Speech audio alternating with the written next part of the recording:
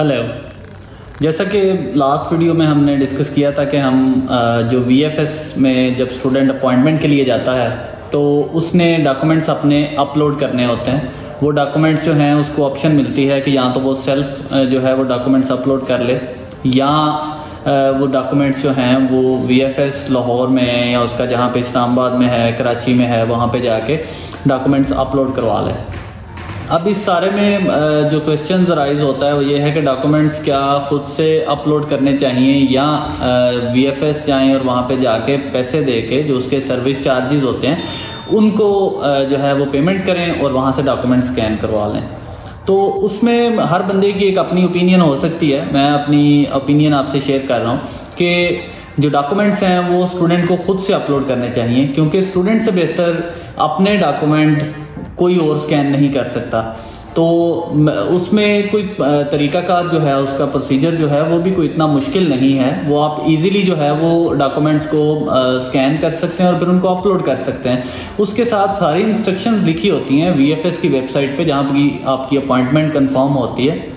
वो उसको लॉगिन करते हैं तो उसमें कंप्लीट इन्फॉर्मेशन आपकी होती है। आप सिर्फ इसको एक दफ़ा गो थ्रू करें तो जिसको नहीं भी पता वो भी इजीली उसको समझकर अपने डॉक्यूमेंट्स को अपलोड कर सकता है। तो उसमें कोई प्रॉब्लम वाली बात नहीं है। और हर डॉक्यूमेंट का जो अगेंस्ट जो एक सेक्शन बना होता है उसमें उसका रेलिवेंट डॉक्यूमेंट आपने अपलोड करना होता है। और जैसा कि आपका एजुकेशनल डॉक्यूमेंट्स में आपकी ट्रांसक्रिप्ट्स, आपकी डिग्री और लैंग्वेज का आ जाता है। इसके साथ साथ आपका जो बैंक स्टेटमेंट है या फिनंशियल डॉक्यूमेंट है उसमें आपकी बैंक स्टेटमेंट, अकाउंट लेटर आ जाता है। और फिर इसके बाद कोई अदर्स में है तो एफिडेविट में आपका फिनंशियल को एफिडेविट है, बर्थ सर्टिफिकेट है तो वो आ जाता है। जो आपका स्पॉन्सर डॉक्यूमेंट है उसमें आपका कैश डॉक्यूमेंट आ जाता है। टीबी का सेपरेट से लिखा होता है, वहाँ पे आप टीबी सर्टिफिकेट अटैच कर सकते हैं।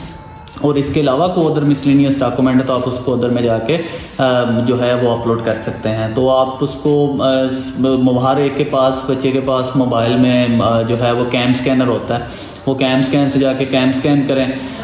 डॉक्यूमेंट स्कैनर्स की और भी ऐप्स हैं जिसमें से बेहतर लगता है उसमें स्कैन करके उनका फाइल का नाम रखें और उनको आप अपलोड कर लें।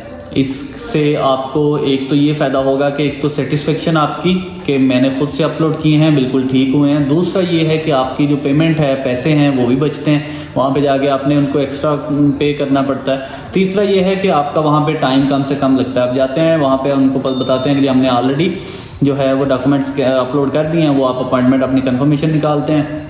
उसके ऊपर सारा लिखा होता है कि कौन सा डॉक्यूमेंट अपलोड हुआ है और कौन सा नहीं हुआ, तो वहाँ से भी कंफर्म हो जाता है। और जाके उनको सिर्फ आपने अपने फिंगरप्रिंट्स करवाने हैं, अपना पासपोर्ट देना है और उसकी रिसीविंग लेके आपने वापस आ जाना है। तो ये प्रोसेस ऑलमोस्ट 5 से 7 मिनट में आपका कंप्लीट हो जाता है।